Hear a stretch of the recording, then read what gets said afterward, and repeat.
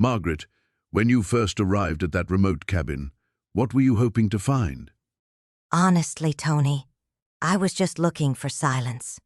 After 43 years of marriage, our house felt suffocating without him. Every corner held memories I wasn't ready to face. David had always talked about his childhood cabin in the mountains, this magical place where he spent summers as a boy. I thought maybe being there would help me feel closer to him, you know? I packed a few essentials, drove 8 hours through winding mountain roads, and unlocked that little cabin expecting dust and nostalgia. Instead, I found something that made me question everything I thought I knew about the man I'd shared my life with. Sometimes the people we love most are complete strangers. But Margaret, what you discovered hidden behind that bookshelf, that changed everything, didn't it? Before we jump back in, tell us where you're tuning in from, and if this story touches you, make sure you're subscribed, because tomorrow I've saved something extra special for you. Margaret, thank you for joining me today. I know this isn't easy to talk about, especially so soon after your move to the cabin. Thank you for having me, Tony. It's been 3 months now since I packed up our house in Portland and drove up here to the mountains. Some days it feels like yesterday, others like a lifetime. Tell me about that decision. What made you choose your husband's childhood cabin as the place to begin this new chapter? Well, David had always spoken about this place with such reverence. He'd get this distant look in his eyes whenever he mentioned the summers he spent here as a boy. The way he described it, it sounded like a sanctuary. After 42 years of marriage, when everything familiar became a reminder of what I'd lost, I thought maybe I could find some peace in a place that had given him such joy. What was it like, that first drive up the mountain road? Long pause. Overwhelming. The road winds through these towering Douglas firs, and every turn reveals another vista of the valley below. I remember having to pull over twice just to catch my breath. Not from the altitude, but from the weight of what I was doing. Here I was, 73 years old, driving alone to a cabin I'd never seen, carrying nothing but 2 suitcases and a heart full of grief. You'd never visited the cabin during your marriage? Never. Isn't that strange? David always said he wanted to take me there someday, maybe fix it up as a retirement retreat, but there was always something, you know. The children's activities, his job at the engineering firm, my work at the library. Life just kept pulling us in other directions. Now I wonder if there were other reasons he kept putting off that trip. What do you mean by other reasons? Pause. I'm getting ahead of myself. Let me tell you about that first day. When I finally reached the end of the dirt road, the cabin was nothing like I'd imagined. David always made it sound so rustic and charming, but what I found was more like a forgotten relic. Describe what you saw, Margaret. Picture a small log structure, maybe 800 square feet, with a green metal roof so faded it looked more gray than anything else. The front porch was sagging on one side, and blackberry vines had claimed most of the foundation. Windows so dirty you couldn't see through them, and a front door that looked like it hadn't been opened in years. I sat in my car for 20 minutes, just staring at it, wondering what on earth I'd gotten myself into. That must have been discouraging after such a long drive. It was heartbreaking, honestly. But then I remembered something David used to say about his engineering projects. He'd tell me that the best foundations are often hidden under years of neglect, that you have to look past the surface to see the real structure underneath. So I grabbed my keys and decided to look for that foundation. What did you find inside? The smell hit me first. Not unpleasant exactly, but thick with decades of memories.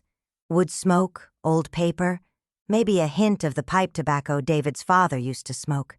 The main room was small but well-proportioned, with a stone fireplace taking up most of one wall. There was furniture under dust sheets, and everything was covered in a layer of dust so thick it looked like snow. It sounds like no one had been there in years. That's what puzzled me, Tony.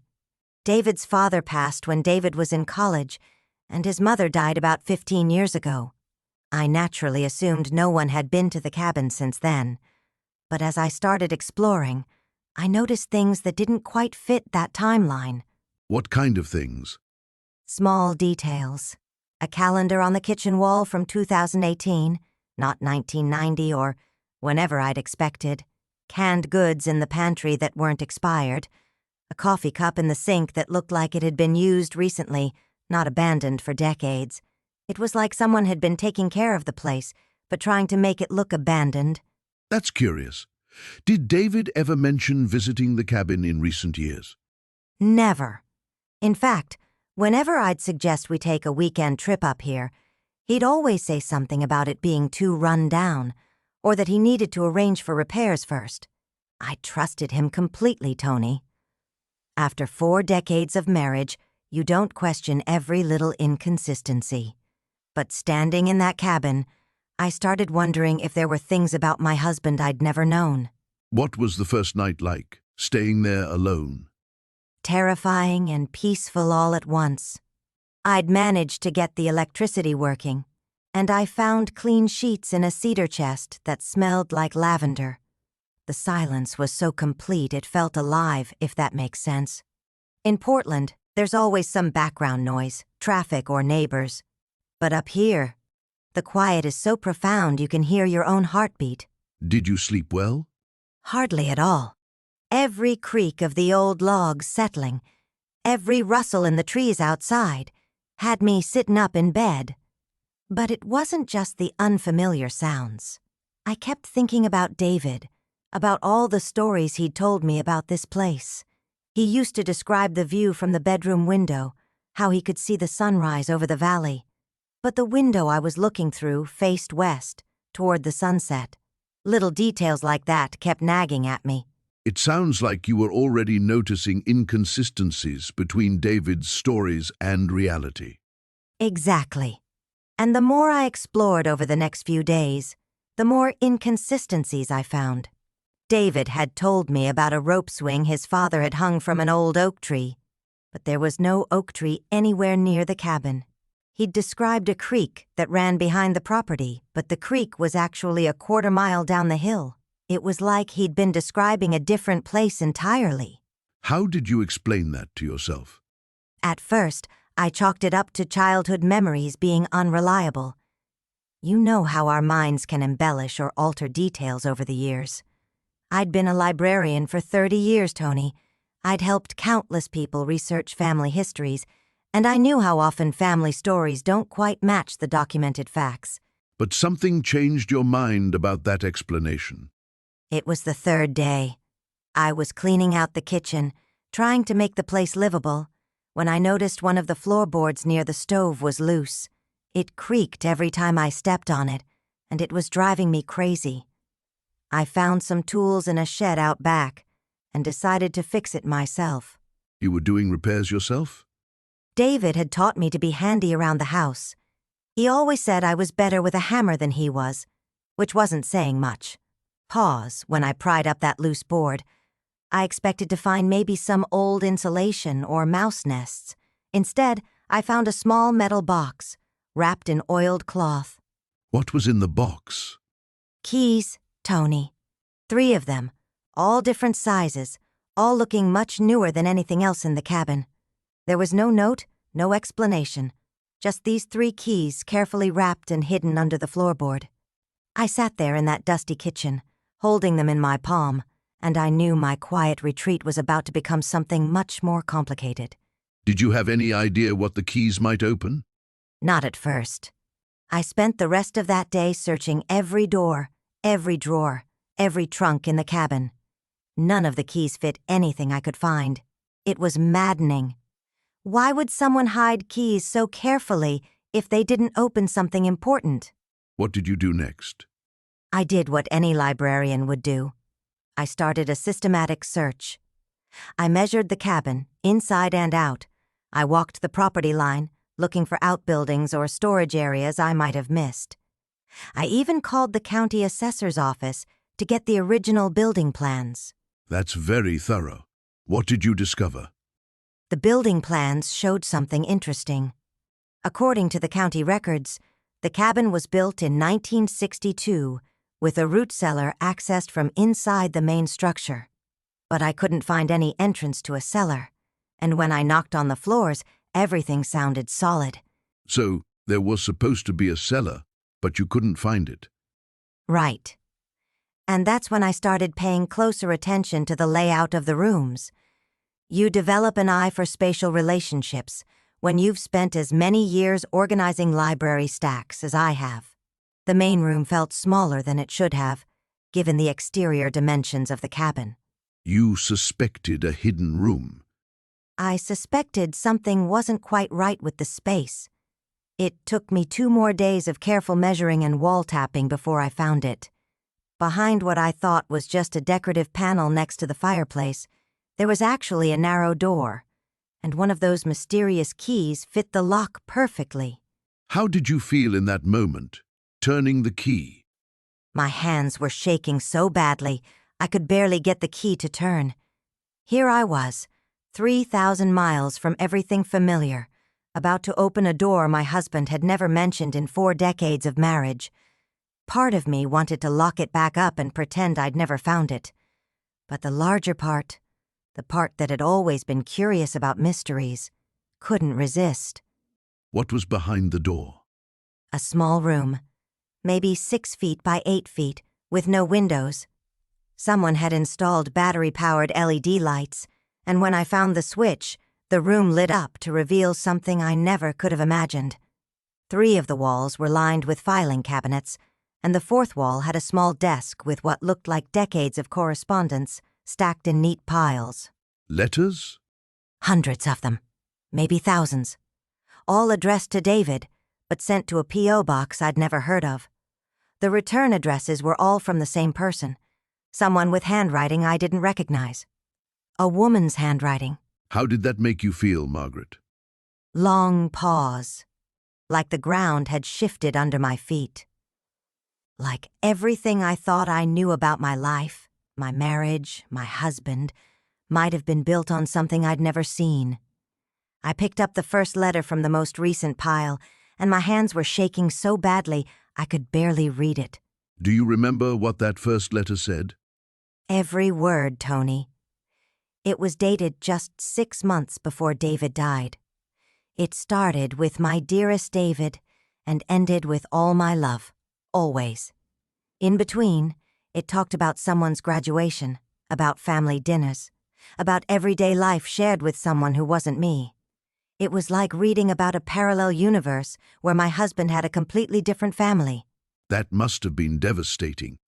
It was like drowning and being struck by lightning at the same time.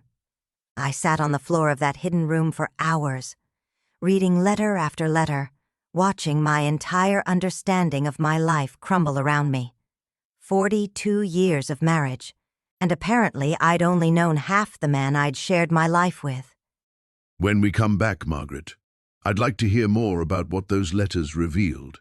But for now, how are you holding up? This can't be easy to relive. It's strange, Tony. Talking about it out loud for the first time, I'm realizing how much I've been carrying this alone. The isolation up here has been both a blessing and a curse. I've had space to process everything, but I've also had no one to help me make sense of it all. Well, you're not alone in this conversation. We'll continue exploring what you found in those letters and how it's changed your understanding of everything you thought you knew. Thank you.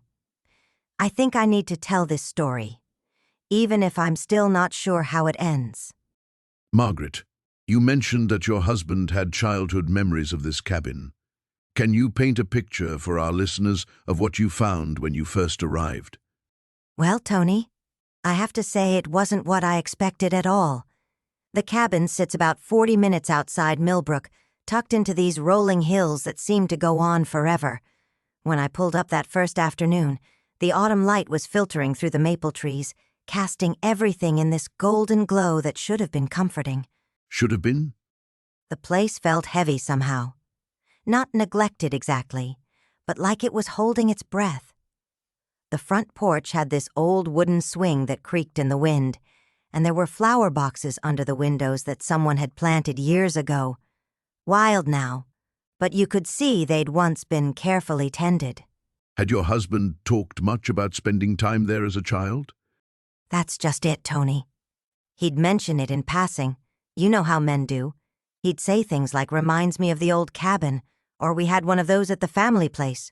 But when I'd ask for details, he'd get this distant look and change the subject. I always assumed it held sad memories, maybe of his parents' divorce. So you were going in somewhat blind to the history of the place.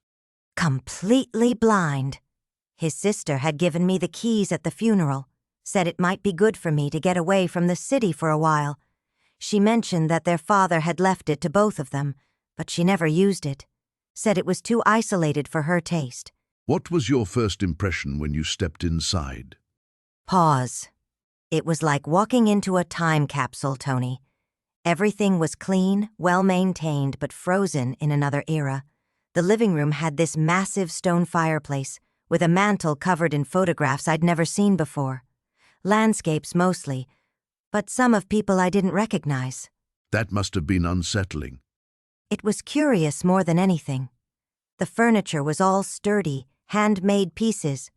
A leather armchair by the window that was worn smooth in all the right places, like someone had spent countless hours reading there. The kitchen still had mason jars filled with preserves, labels written in careful handwriting that definitely wasn't my husband's. Someone had been maintaining the place then.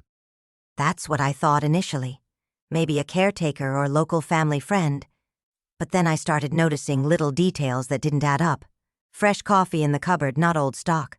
A newspaper from just 2 months before my husband passed, folded neatly on the kitchen counter. 2 months before. Margaret, did your husband ever mention taking trips that you weren't aware of? Long pause. You know, Tony, looking back now, there were weekends he'd say he was visiting old college friends or attending business conferences. I never questioned it. We'd been married 38 years. You develop a certain trust, a rhythm. Of course. What else did you notice about the cabin that first day? The bedroom was what really caught my attention. It was clearly meant for 2 people, Tony. Not just the queen-sized bed, but there were personal items on both nightstands. Books, reading glasses, even a jewelry box that wasn't mine. How did that make you feel? Confused at first. Then I started telling myself stories. You know how we do. Maybe it belonged to his mother, or his sister had stayed there recently. But the jewelry was contemporary, not vintage, and there was this scent in the air, very faint but definitely present. Lavender and something else I couldn't place. You mentioned that the cabin felt like it was holding its breath. Can you elaborate on that sensation? It's difficult to explain, Tony. You know how some places feel lived in, warm, welcoming?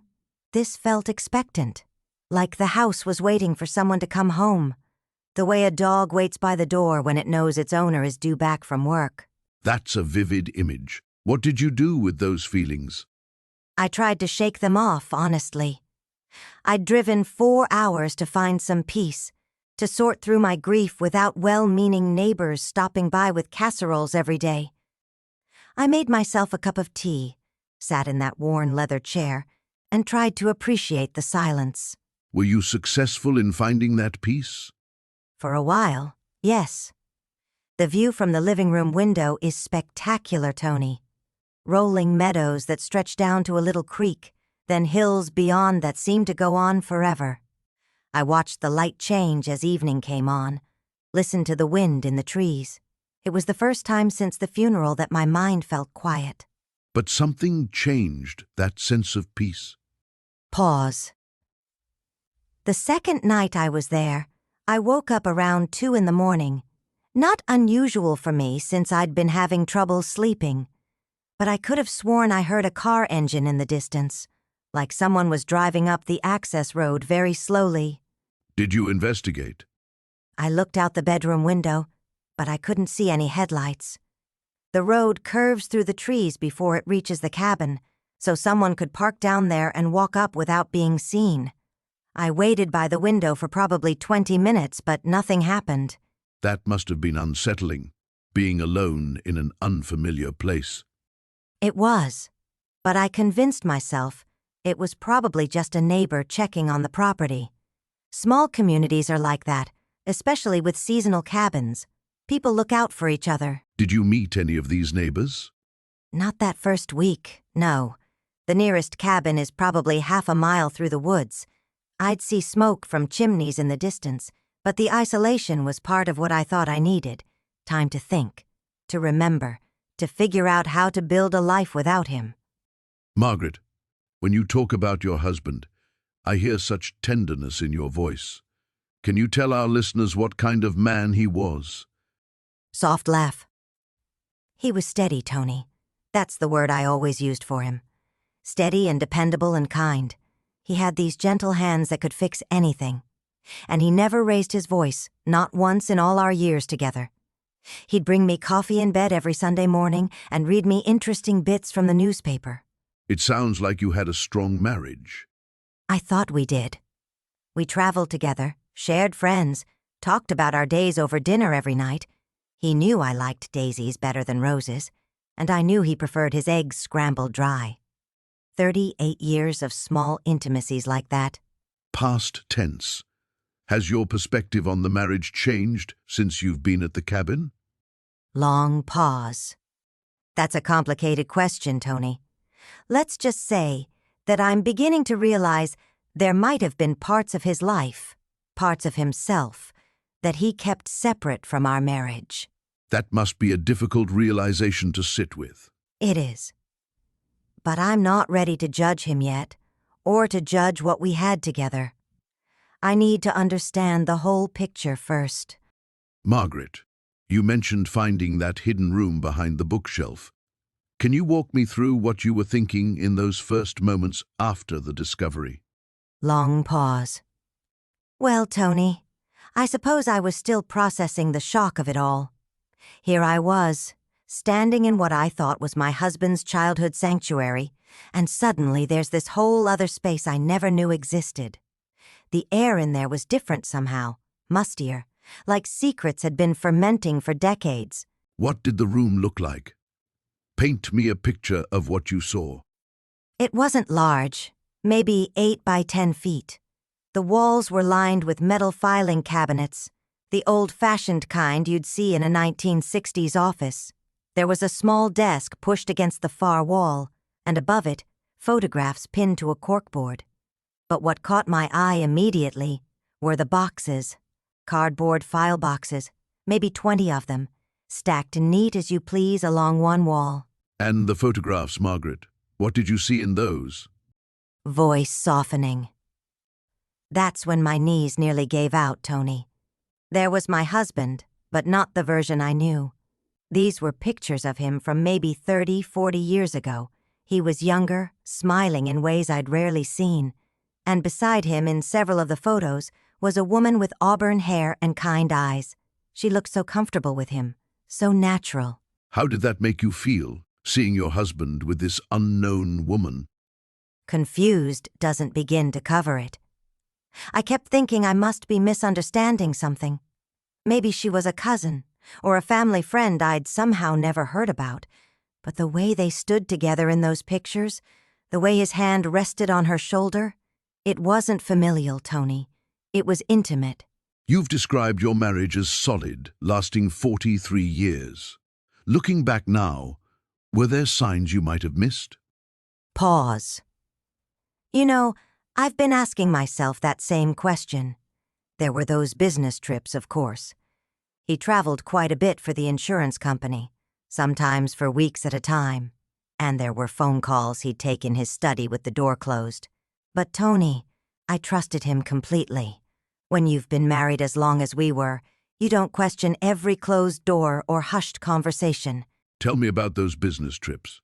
Where did he say he was going? Chicago, mostly. Sometimes Milwaukee or Minneapolis. He'd been covering the Midwest territory for nearly 20 years. He'd call every night, always around 9 o'clock, and we'd talk about our days. He seemed genuinely interested in my garden club meetings and book discussions. I never had reason to doubt him. What was it like, Margaret, realizing you might not have known your husband as well as you thought? Voice breaking slightly. It's like looking at your reflection in a mirror and suddenly seeing a stranger's face staring back. Everything I thought I knew about our life together started to feel uncertain. Was his laugh genuine when I told him about Mrs. Henderson's roses? Did he really care about my sister's arthritis? Or was he just going through the motions while his real life was happening somewhere else? You mentioned finding correspondence in those boxes.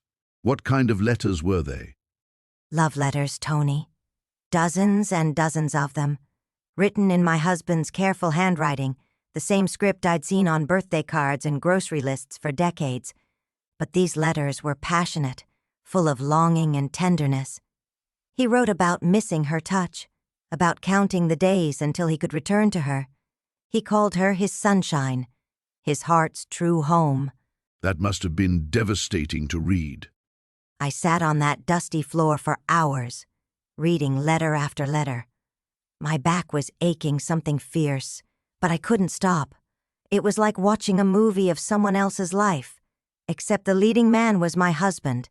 He wrote about taking walks by a lake, about Sunday morning breakfasts in bed, about dreams they shared for the future.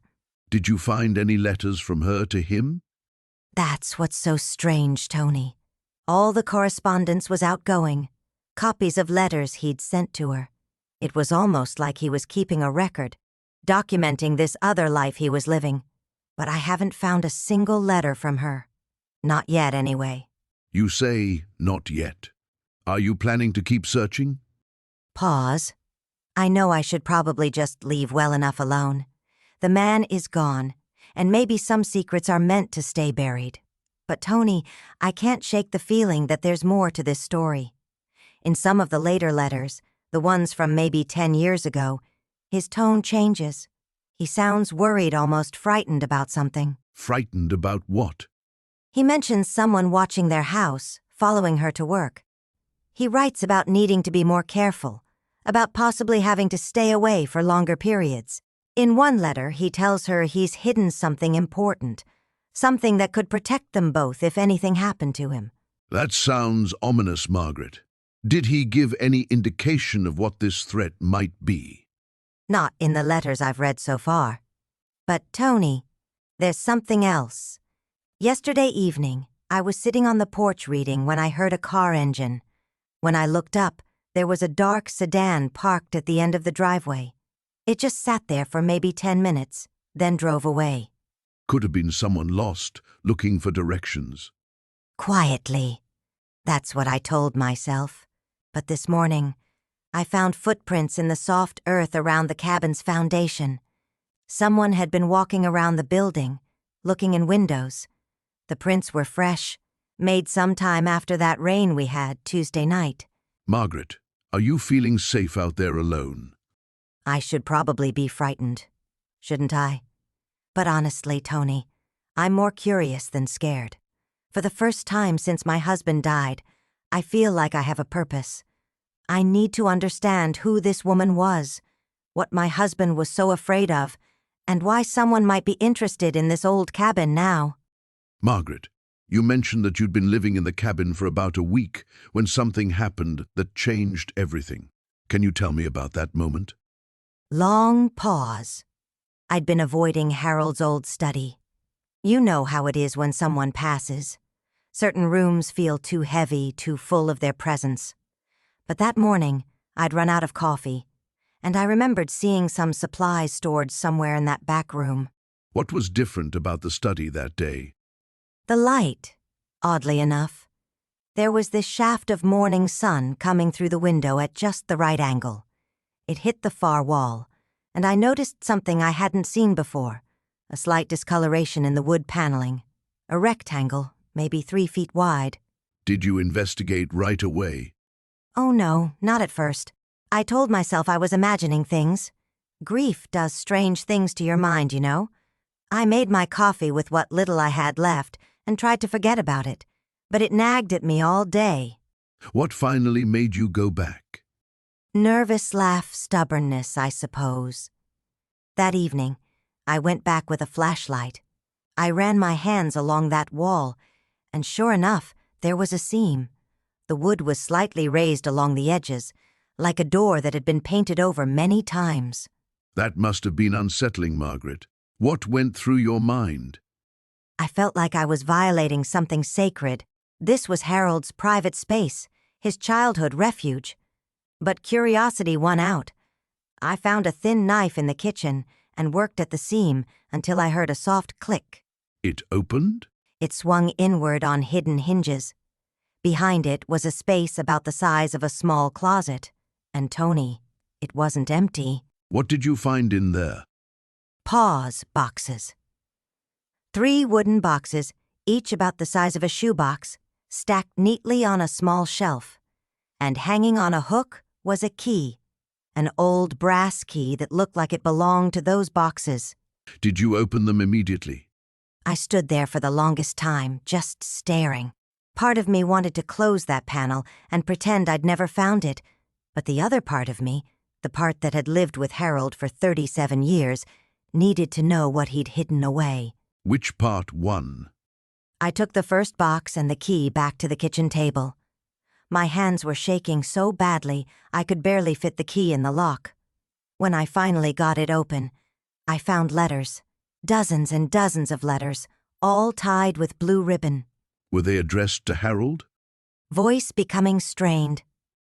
They were addressed to my dearest H and signed with all my love, Elena. Every single one of them. And Tony, the postmarks? They spanned decades. The earliest one was from 1978. That would have been early in your marriage to Harold. We were married in 1975. So yes, just 3 years after our wedding, I sat at that table and stared at that name, Elena, written in the most beautiful handwriting I'd ever seen. It was like looking at a word in a foreign language. What was your first reaction? Long pause, numbness. Complete emotional numbness. You know when something is so far outside your understanding that your brain just refuses to process it? I kept thinking there had to be some reasonable explanation. Maybe Elena was a cousin or a family friend or... But something told you it wasn't that simple. The way they were preserved. Hidden away but carefully maintained. The ribbon was silk, Tony, not just any old string. Someone had cherished these letters.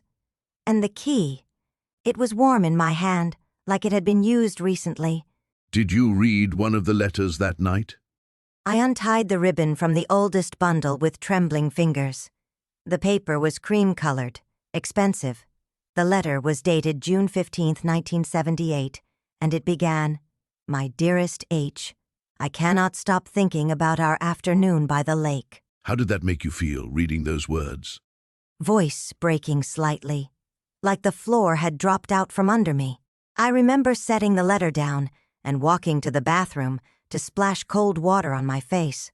When I looked in the mirror, I didn't recognize the woman staring back at me. Did you continue reading? I couldn't stop myself. The letter went on to talk about plans to meet again, about how difficult it was to be apart, about feelings that, well, that were clearly romantic in nature. It was signed, "Until we're together again. All my love, Elena." Margaret, how do you process something like that about someone you thought you knew completely? You don't. Not really. I sat at that kitchen table until 3 in the morning, reading letter after letter. Each one felt like a small betrayal, but I couldn't stop. It was like watching my entire marriage rewritten before my eyes. What did the letters reveal about this relationship? Long pause. That Harold had been living a double life for decades. Elena wrote about their meetings, about places they'd go together, about decisions they'd make. She mentioned missing him during holidays, understanding why he couldn't always be there. And Tony, the way she wrote about him, she knew him, really knew him. What was the most difficult thing to read? In one letter from 1985, Elena wrote about a decision they'd made together, something about our future and the family we're building. She thanked him for his patience and said she understood the complications, but that what they had was worth protecting. Did you finish reading all the letters that night? I only made it through the first box. By the time I closed it, the sun was coming up, and I felt like I'd aged 10 years. I kept thinking about those other 2 boxes, wondering what else Harold had hidden from me, and wondering who Elena was, not just her name, but who she was to deserve 30 years of secret correspondence from my husband. What did you do with this information, Margaret? I did the only thing I could do. I made myself some coffee, sat back down at that table, and reached for the second box. Margaret, you mentioned that first week at the cabin was meant to be about healing, about connecting with your husband's childhood memories. When did that peaceful retreat take an unexpected turn? Long pause. It was the 7th day. I remember because I'd been marking each day off on the calendar, like a countdown to when I might start feeling human again. I was organizing the bedroom closet, trying to make space for my things. What drew you to that particular closet? The door kept sticking. Every time I tried to hang something up, it would catch on something behind the clothes. I thought maybe there was a nail or a broken piece of wood back there. So I moved all his old jackets aside, ran my hand along the back wall. And that's when you found it? My fingers caught on what felt like a groove in the wood. At first I thought it was just the way the boards were fitted together, but when I pressed on it, I heard this soft click. Part of the wall swung inward. A hidden panel. How did that make you feel in that moment? Nervous laugh, like I was in some old mystery novel, honestly. My heart started racing. I mean, who builds secret compartments in bedroom closets? I stood there for the longest time, just staring at this dark opening, not sure if I should look inside or pretend I never found it. But curiosity won out. Eventually, yes. I went to the kitchen and found a flashlight. My hands were actually shaking when I came back. I kept thinking about all those years he'd tell stories about this cabin, about his summers here as a boy. He never once mentioned anything like this. What did you discover when you shined that light inside? A metal box. Not large, maybe the size of a shoebox, but heavy. It was sitting on what looked like a small shelf built into the wall space. There was dust on everything, like it had been there for years. Did you hesitate before opening it? Oh, I nearly put it back. I sat on the bed with that box in my lap for at least 20 minutes, telling myself it was probably just old tax documents or maybe some childhood mementos he'd forgotten about.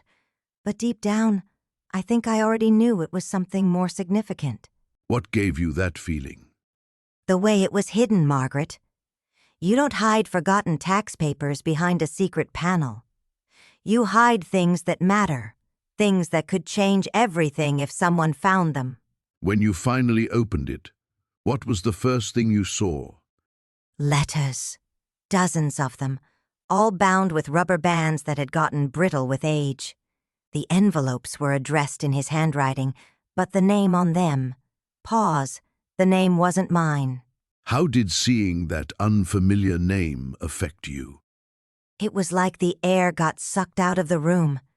I kept staring at those letters, thinking maybe I was misreading his handwriting, maybe it was some relative I'd forgotten about. But the return address was our home address, Tony. These were letters he'd sent from our house, during our marriage, to someone called Elena. Elena. Had you ever heard him mention that name? Never. Not once in 37 years. I went through every conversation in my head, every story he'd told, every friend or colleague he'd mentioned. There was no Elena in any of it. What was your first instinct? Did you want to read them right away? Part of me wanted to throw the whole box in the fireplace and pretend I'd never found it. But I couldn't stop myself from untying that first bundle. My hands were trembling so badly, I could barely manage the rubber band. And when you read that first letter? Long pause. It started with my dearest Elena and ended with all my love, always. In between was a man I thought I knew completely, writing about feelings and experiences that had nothing to do with the life we'd built together. That must have been devastating. I think I was in shock more than anything. I kept reading the same paragraphs over and over, trying to make sense of it. He wrote about missing her, about counting the days until he could see her again, about decisions they needed to make together. Together. That word must have hit particularly hard. It changed everything, Tony.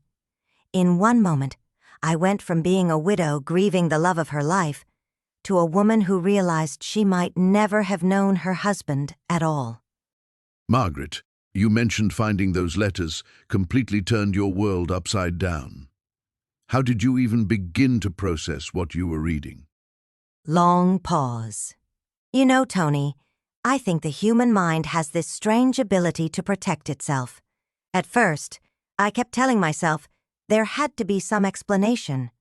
Maybe these were letters to a cousin, or perhaps someone he was helping through difficult times. But deep down, you knew that wasn't the case. The third letter I opened was dated just 2 years ago. It started with "My dearest Sarah" and ended with "All my love, always yours."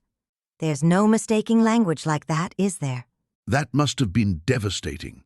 How long did you sit with that realization before you could bring yourself to read more? I didn't read another word that night. I just sat on that dusty floor, holding that letter, feeling like everything I thought I knew about my life was crumbling around me. I kept thinking about all those weekend trips he took to visit his old college friend, all those business conferences that seemed to pop up so frequently. The pieces were starting to fall into place.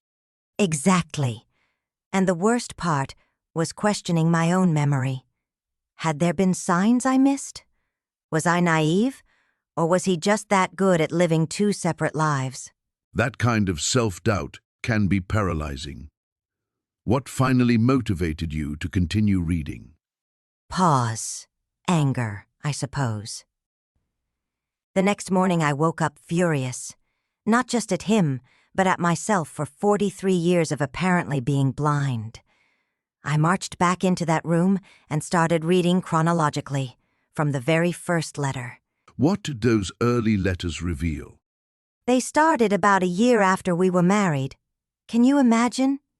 We were newlyweds, and he was already beginning this other relationship. The letters were innocent at first, but you could see the emotional intimacy developing over months and years. How did they meet? Did the letters explain that? She was a nurse at the hospital where his mother was treated for cancer. His mother, Tony, the woman I thought I helped him through losing. Sarah was there, comforting him, being his shoulder to cry on while I was home making casseroles and trying to keep his spirits up. So this wasn't just a physical affair. This was a deep, emotional connection that lasted decades. That's what made it so much worse. I could have maybe understood a mistake, a moment of weakness. But this was a choice he made every single day for over 40 years. Every anniversary we celebrated, every Christmas morning, every time he told me he loved me. Did the letters mention you at all? Did Sarah know about you? Bitter laugh. Oh, she knew. In fact, some of the letters discussed me quite openly. How he felt guilty sometimes, but how he couldn't bear to hurt me by leaving. How I was a good woman who deserved better, but how he was too much of a coward to change anything. He was discussing your marriage with another woman. Reading about yourself through someone else's perspective, Tony, especially in that context, it changes something fundamental inside you. I learned that he found me predictable, that my cooking had gotten boring over the years, that he sometimes felt suffocated by my need for routine. That must have been incredibly painful to read. The strange thing is, some of it was probably true. We had settled into patterns over the years, but isn't that what marriage is supposed to be? Building a life together, finding comfort in shared routines? You're talking about this with remarkable composure now, but I imagine it wasn't always like that. Pause.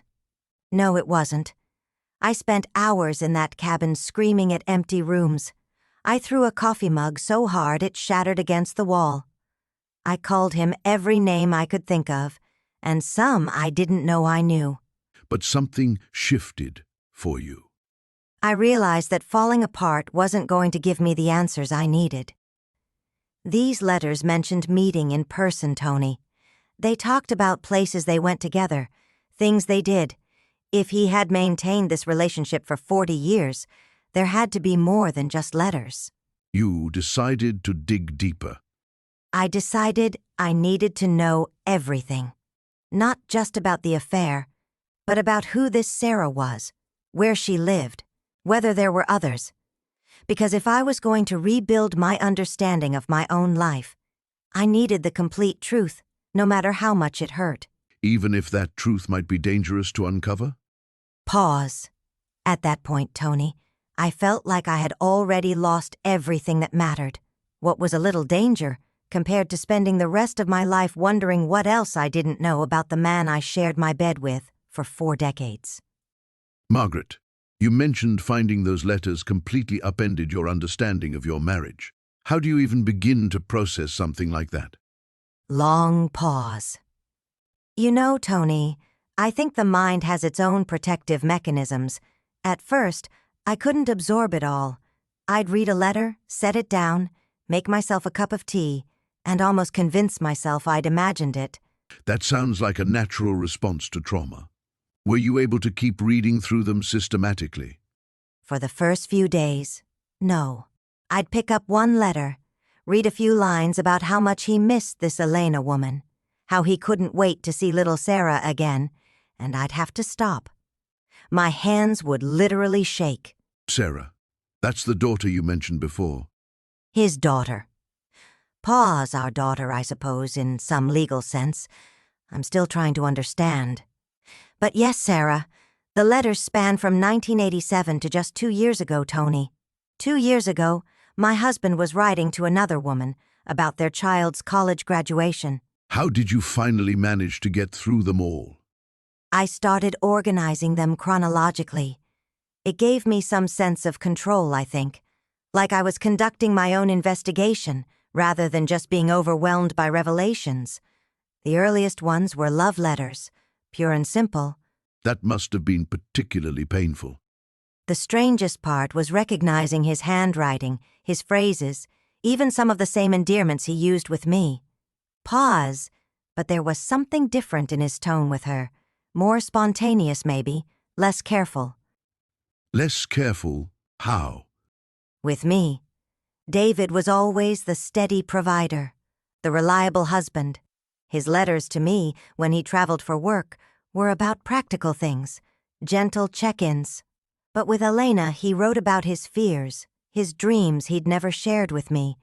He told her about wanting to write a novel someday.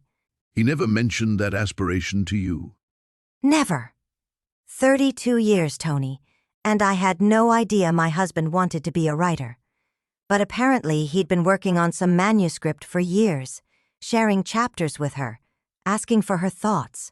What else did these letters reveal about the life he was living away from you? They had traditions, annual camping trips, inside jokes, a whole language between them. Elena would send him photographs of Sarah at various milestones, and he'd write back with such detailed, loving responses about her achievements. How did you handle reading about his relationship with Sarah? Long pause. That was the hardest part, honestly. Reading about him teaching her to drive, helping her with college applications, walking her down the aisle at her wedding last year. David told me he was at a conference in Chicago that weekend. You attended that conference story without question? Why would I question it? He'd been going to Chicago for work twice a year for decades. I trusted him completely. Pause. I realize now how naive that sounds. It doesn't sound naive, Margaret. It sounds like you honored your marriage vows. Maybe. But as I kept reading, I started noticing patterns I'd missed. His Chicago trips always coincided with school holidays, summer breaks, times when a child would be available to spend extended time with a parent. Did the letters indicate whether Elena knew about you? Oh, she knew. That became clear in some of her responses, which he'd kept. She'd write things like, "I know this situation isn't fair to any of us, but especially not to Margaret." She seemed to genuinely struggle with the ethics of it all. How did that make you feel, knowing she was aware of your existence? Strangely, it made me respect her more than I wanted to. She wasn't some naive young woman being deceived. She was making conscious choices, yes, but she seemed to understand the weight of them. Did you find any indication of how this arrangement started? The early letters suggest they met when David was doing some consulting work in Portland. Elena was recently divorced, raising Sarah alone. David was, apparently, unhappy in our marriage, though he never once indicated that to me directly. That must be difficult to reconcile. I keep wondering if I was willfully blind, or if he was just that skilled at compartmentalizing. The David in these letters talks about feeling trapped by expectations, by the life we'd built together. He called it playing a role that no longer fit. Have you been able to determine what his long-term intentions were with this double life? That's what I'm still trying to piece together, Tony. And frankly, what I'm most afraid to discover. Margaret, when we left off, you had just discovered those letters hidden in the cabin wall. I can only imagine how that must have felt, finding evidence of this other life your husband had lived. What went through your mind in those first moments? Long pause. You know, Tony, I think I went numb at first. Complete numbness. I remember sitting on that dusty floor, holding this bundle of letters tied with a blue ribbon, and thinking this couldn't possibly be real. After 43 years of marriage, you think you know someone completely. That sense of the ground shifting beneath you must have been overwhelming. Did you read them right away? No, actually. I carried them back to the main room and just stared at them for what felt like hours. Part of me wanted to burn them without reading a single word, preserve whatever illusion I had left about my marriage, about Harold. But you didn't burn them. Sighs. No, I didn't. And that decision changed everything. The first letter I opened was dated 3 years before Harold and I even met. It was addressed to someone named Elena, and the handwriting was definitely his. Even his young handwriting, I could recognize it. What did that first letter say? It was a love letter, Tony. Pure and simple. Harold was telling this Elena about his dreams, his plans after college, how he couldn't wait to build a life with her.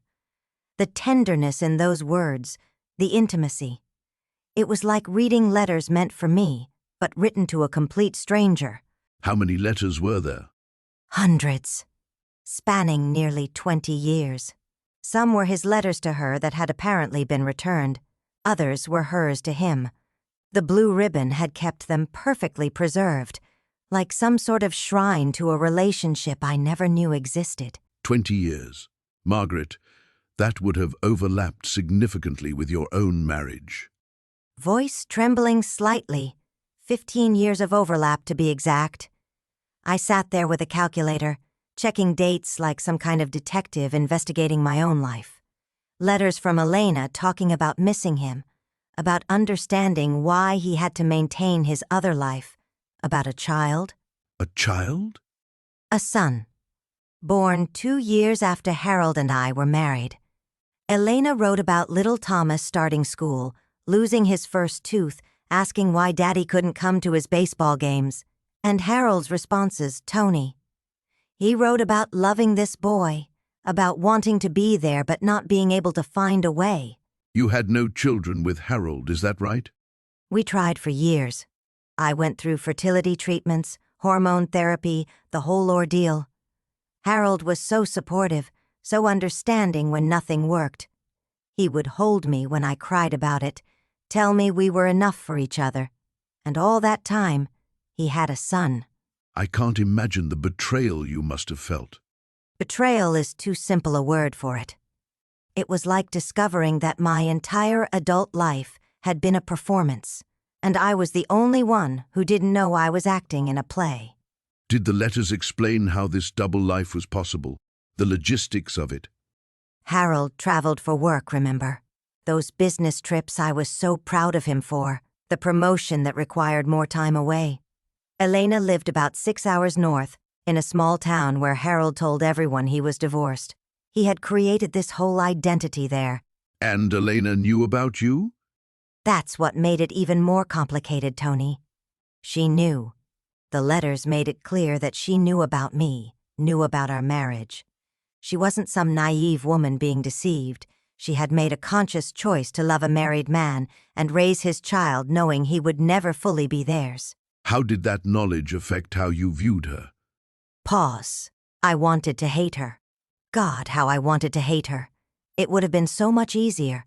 But reading her words, seeing her pain when Harold would cancel visits, her strength in raising Thomas mostly alone. She loved Harold the same way I did, completely and honestly.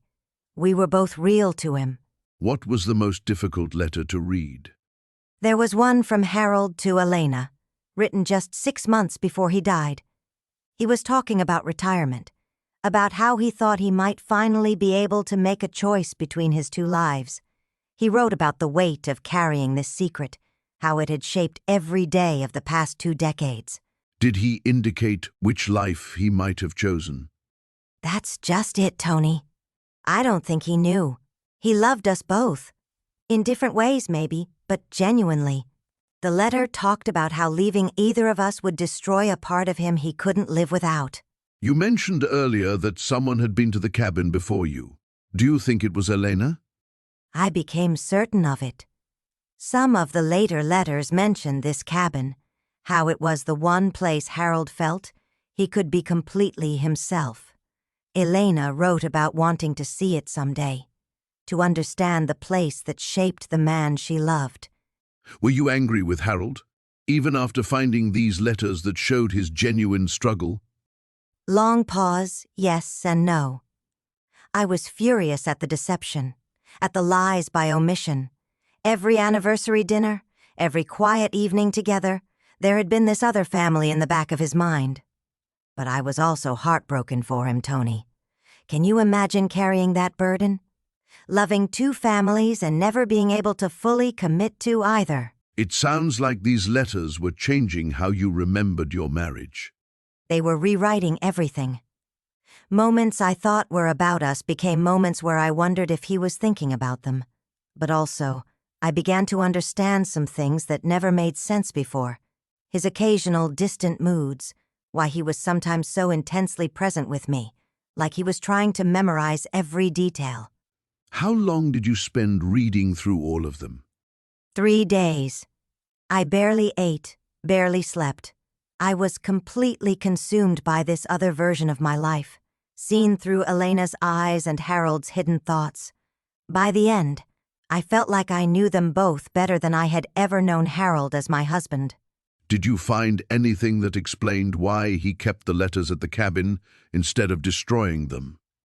The last letter I read was from Harold to Elena, never sent.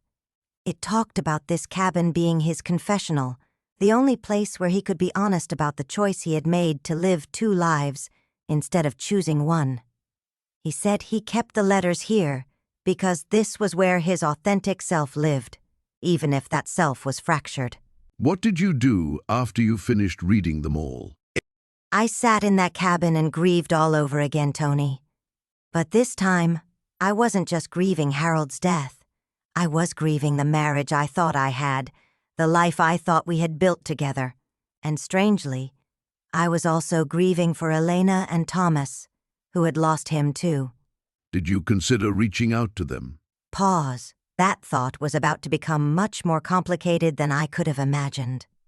Margaret, when you found those letters hidden in Richard's cabin, you mentioned there were decades of correspondence. What was it like reading through years of your husband's secret life?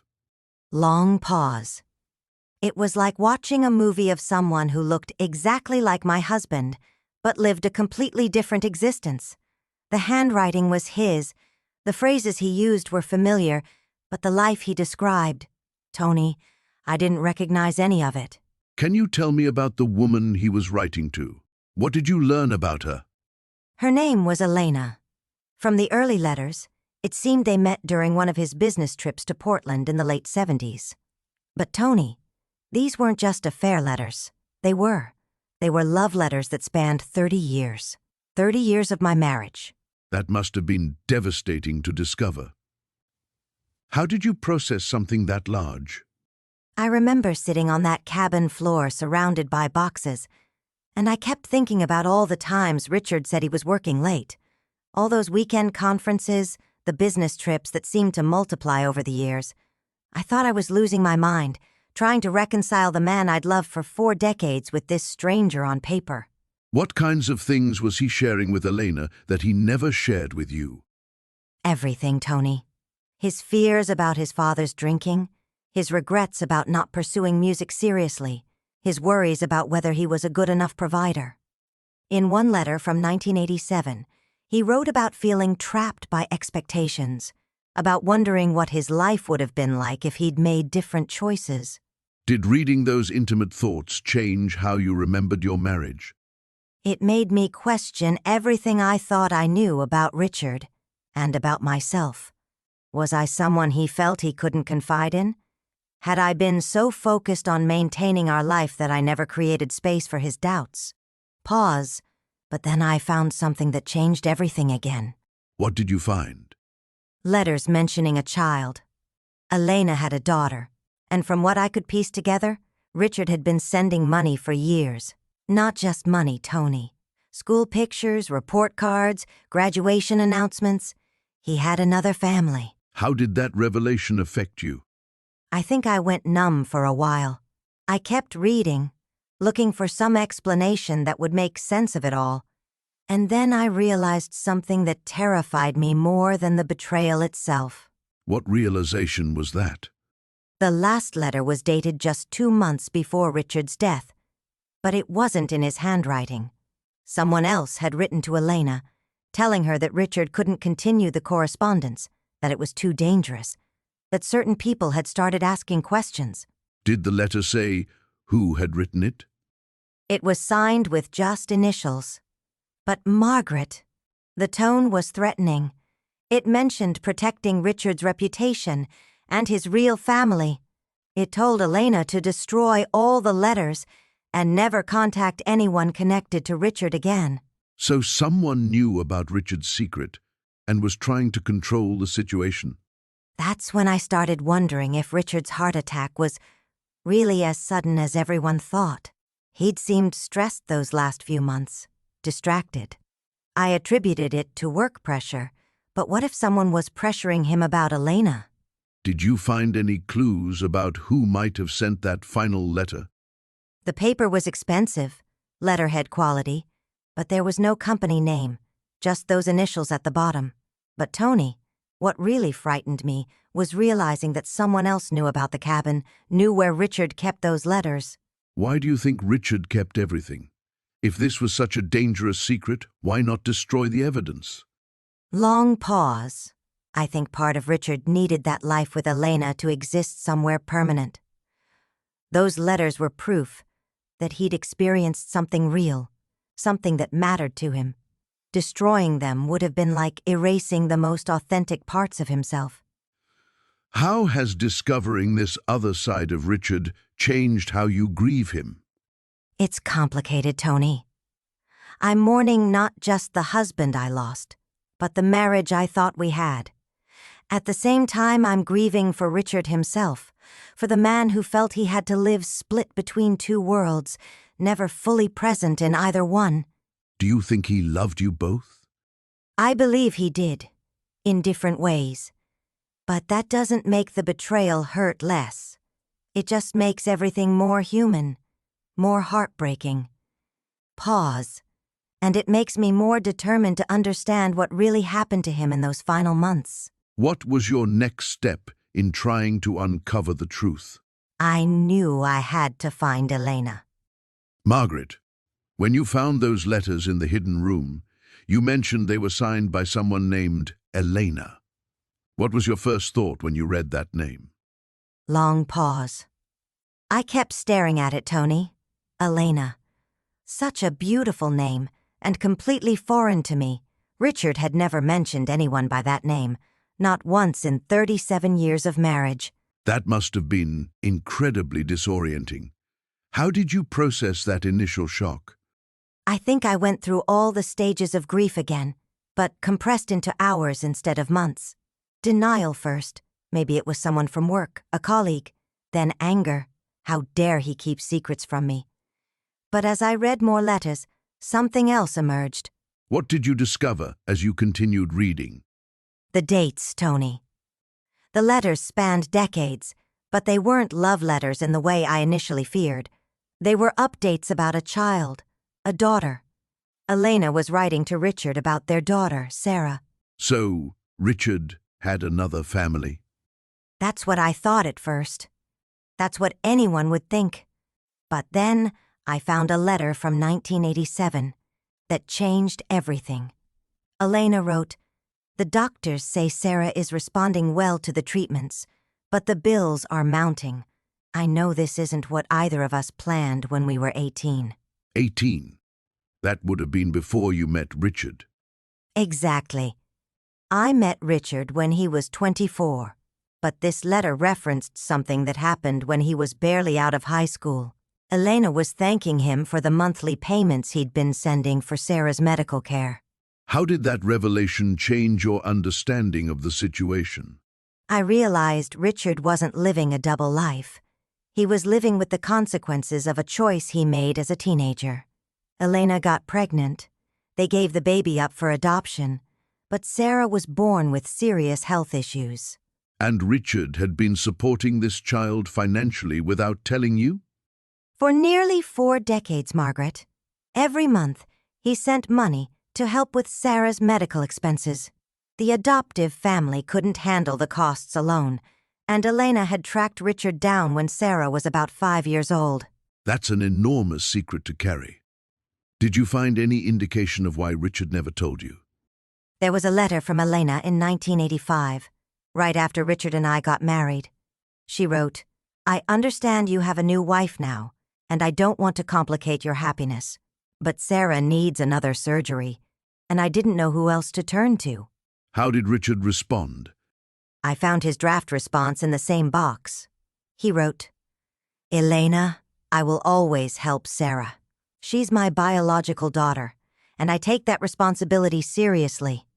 But Margaret doesn't know about this situation, and I fear it would hurt her deeply to learn about it now. Can we continue our arrangement quietly?" That must have been incredibly painful to read. It was, but not in the way I expected. I wasn't angry anymore, Tony. I was heartbroken for Richard. He was trying to do the right thing by everyone, by Sarah, by Elena, by me. But he was carrying this burden completely alone. Did you discover what happened to Sarah? The last letter was from 2019, just 6 months before Richard's stroke.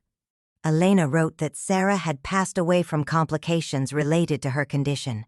She was thanking Richard for 32 years of unwavering support and telling him he could finally rest easy. So Richard had been supporting his biological daughter's medical care until she died? Yes. And Elena wrote something else that broke my heart. She said, "Richard, you never got to know Sarah, but she knew about you. I told her years ago that her biological father was a good man who cared about her well-being. She always said she hoped to meet you someday, to thank you for helping her have a better life." Did Richard know about Sarah's death when he had his stroke? I believe the grief of losing her contributed to his decline.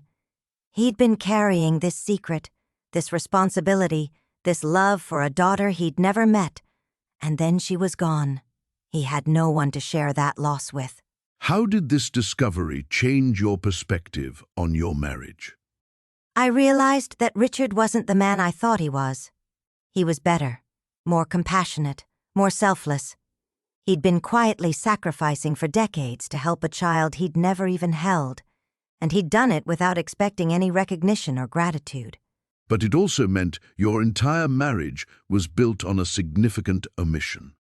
That's the complexity I'm still wrestling with, Tony. Was it a betrayal, or was it protection? Was he being dishonest, or was he being loving? Margaret, you mentioned finding more letters after that confrontation with Elena. What did those reveal? Long pause. Tony, I need to tell you something that changes everything I've shared so far. Those letters I found weren't just correspondence between my husband and another woman. What do you mean? The handwriting, Tony. I'd been so focused on the content, on the betrayal I thought I was uncovering, that I hadn't really studied it carefully. But that night, after Elena left, I spread them all out under the lamp. And what did you see? They were all written by the same person. Every single letter, both sides of the correspondence. The slight variations I'd attributed to different writers were just the natural changes in someone's handwriting over decades.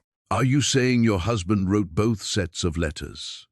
More than that, I found his old journals in a trunk, compared the handwriting samples from different periods of his life. The letters signed Elena matched his handwriting from the 1980s. The responses matched his style from the 2000s. So, Elena doesn't exist? Oh, she exists. But she's not who wrote those letters. I think she's someone who discovered them, just like I did. Someone who realized their value, their potential for manipulation. Margaret, what are you telling me about your husband? Voice breaking slightly, that he was writing letters to himself, Tony. Creating an entire relationship, a whole other life in his imagination. The woman in the photograph, the children he mentioned, the shared memories. It was all fiction. But why would someone do that? Loneliness, maybe. Or some kind of mental health struggle I never recognized. Looking back, there were signs. Times he'd seemed to be having conversations with someone who wasn't there. Moments when he'd reference experiences I knew we'd never shared. And Elena figured this out somehow? I think she found these letters years ago, maybe when she was caretaking the property. She realized they told a story about a man with secrets, a man whose widow might pay handsomely to keep those secrets buried. Even if the secrets weren't real? The shame would be real enough, Tony. The questions about my husband's mental state, about what kind of wife doesn't notice her husband living in a fantasy world. Some truths hurt, whether they're fact or fiction. Margaret, you mentioned finding those coordinates. What was going through your mind as you prepared to go there? Long pause fear, mostly. But also this strange sense of completion? Like I was finally going to understand the man I'd been married to for 37 years. That must have been terrifying and liberating at the same time. Exactly. I sat in that cabin kitchen, staring at those numbers written in Robert's handwriting, and I realized I had a choice. I could burn everything, pack up, and go home to my old life. Or I could see this through to the end. What made you decide to continue? The letters from Sarah, the way she wrote about their daughter Emma. There was so much love there, Tony, so much genuine care. These weren't just secrets anymore. They were people, real people who deserved to have their story told. How did you prepare yourself for what you might find? I called my sister first, told her where I was going just in case. Then I sat with Robert's photograph, the one from our wedding day, and I had a conversation with him. What did you say to him? Voice softening. I told him I forgave him. Whatever I was about to discover, whatever choices he'd made, I needed him to know that my love for him was bigger than my anger. But I also told him I deserved the truth. That shows incredible strength, Margaret. I didn't feel strong. I felt like I was walking toward a cliff in the dark, but I knew I couldn't live the rest of my life wondering. The not knowing would have eaten me alive. Did you have any sense of the danger you were walking into? Not fully. I knew someone had been watching the cabin, and I suspected they were connected to Robert's past. But I thought maybe if I could just find Sarah or Emma, I could piece together what really happened during those missing years. Looking back, would you have done anything differently? Pause. I would have trusted my instincts sooner. When I first felt someone watching me, when I found that broken window latch. But honestly, Tony, I think I needed to walk that path exactly as I did. Every letter, every discovery, every moment of fear, it all led me to understand not just Robert's story, but my own strength. So, you drove to those coordinates.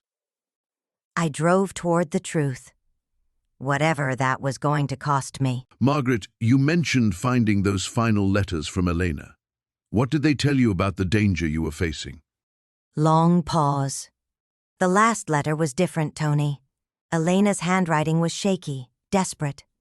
She wrote that someone had been asking questions about David, about their relationship. She was terrified. Did she say who was threatening her? Not directly, but she mentioned a name I'd seen before in David's business papers. Someone who had everything to lose if their connection came to light. She begged David to destroy all evidence of their correspondence. But he kept the letters instead. He kept them all, every single one, voice strengthening, and in that final letter, Elena wrote something that changed everything for me. She said if anything happened to her, David should look for the truth in the place where they first met. Did you know where that was? The old mill by the river, about 10 miles from the cabin. I'd driven past it countless times without thinking, but Elena's letter included a small map, hand-drawn, showing exactly where she'd hidden something. How did you feel, realizing you had to go there? Terrified, but also strangely calm, Tony. For weeks I'd been living in this fog of betrayal and confusion. Finally, I had a clear path forward. I knew that whatever Elena had hidden might be the key to understanding why David died. You believed his death wasn't natural anymore. The pieces were falling into place. David's sudden illness, the mysterious phone calls in his final weeks, the way certain business associates disappeared after his funeral. Elena's fear in that last letter convinced me someone had silenced them both. What did you do to prepare yourself? Pause. I called my daughter first, left her a message explaining where I was going just in case. Then I gathered every letter, every photograph, every piece of evidence I'd found in that hidden room. You were planning to confront whoever was responsible. I was planning to find the truth, whatever the cost. I'd lost my husband, discovered his secret life, and now learned that both he and Elena might have been murdered. I couldn't live with not knowing. So you drove to the old mill. I drove to the mill, Tony, and what I found there changed everything I thought I knew about courage. Margaret, you're standing in that hidden room, holding evidence that could destroy lives. What's going through your mind in that moment? I remember thinking how quiet it was. 30 years of marriage, and I'd never heard such silence. The letters in my hands felt heavier than they should have. You mentioned earlier that someone had been watching the cabin. Did you sense you weren't alone? Pause. The floorboards upstairs creaked, just once, but I knew. What did you do? I called out, said I knew someone was there, that running wouldn't solve anything anymore. And they came down? She did. Sarah, his daughter from the letters, 28 years old, and she had his eyes, Tony, the same green eyes I'd fallen in love with. How did that feel, seeing her? Like looking at a ghost and a mirror at the same time. She was terrified, but also angry. So angry. What did she say to you? She asked if I was going to destroy her family, if I was going to tell her mother, her younger brother. She'd been coming to the cabin for weeks, trying to find these letters before I did. You both loved the same man, in different ways. That's what made it so hard, Tony. She wasn't some villain. She was protecting her family, just like I was trying to understand mine. So you made a choice. We made a choice, together. I told her I didn't want to hurt anyone else, that there'd been enough secrets, enough pain. What did that look like? We sat on the floor of that hidden room and read through every letter. She told me about her father's visits, about Christmas mornings when he couldn't be there, about graduation days he missed. I told her about the man I knew, the one who built me a garden every spring. You were both grieving different versions of the same person. Exactly. And in that moment, I realized something important. My marriage wasn't a lie just because it wasn't the whole truth. Love isn't diminished by being shared, Tony. It's just more complicated than we want to believe. How did you leave things with Sarah? We burned the letters, all of them, together. Some truths are meant to stay buried, and some families are meant to heal in their own time. Margaret, you're standing in that hidden room, holding evidence that could destroy lives. What went through your mind? I kept thinking about David's children, his other children. They deserved to know their father didn't abandon them willingly. Even knowing someone had killed to keep this secret buried. Especially then. Pause. I heard footsteps on the cabin porch, heavy, deliberate. I knew whoever it was wasn't coming to chat. You could have hidden, Margaret. Waited it out. No, Tony. I'd spent months running from truth. David's truth, my own feelings of betrayal. I was done hiding. So you confronted them. I walked out of that room carrying every letter, every photograph. When that door opened, I was standing in my living room, evidence spread across the coffee table. Who was it? David's business partner. The man who'd been at our dinner table dozens of times. Pause. The man who'd been stealing from David's accounts while David sent money to support his other family. Margaret, as we wrap up, what remains with you most from all of this? Long pause. The understanding that love isn't diminished by complexity. Richard loved me completely, even while carrying this other life. That doesn't excuse the deception, but it helps me accept the whole man he was. And Sarah? How do you feel about her now? She was just trying to survive, protect her daughter. We found an unexpected friendship in our shared grief. Emma calls me Aunt Margaret now. Do you still go to the cabin? Every few months. It feels peaceful now, not haunted. I've kept some of the letters, the ones that show Richard's kindness. The rest we burned together. Sarah and I. What would you tell someone facing a similar discovery? That the truth, however painful, is better than living with shadows. And that people we love can surprise us, even after they're gone. Sometimes especially then. Margaret, thank you for sharing this remarkable story. Thank you, Tony. So, Margaret, as we wrap up your remarkable story, what do you carry forward from all of this? Long pause, peace, mostly. Richard wasn't perfect, but he wasn't the villain I'd imagined either. He was just human. And the cabin? Are you staying? Yes. It's become mine now, in a way it never was before. I've made friends in town, started volunteering at the library. What about Sarah and the children? We exchange letters now. They're part of Richard's story, which means they're part of mine, too. It's strange, but not unwelcome. If you could tell other widows facing similar discoveries what you've learned, what would it be?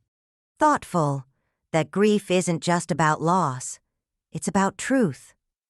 Sometimes the truth hurts more than the loss itself, but it also sets you free.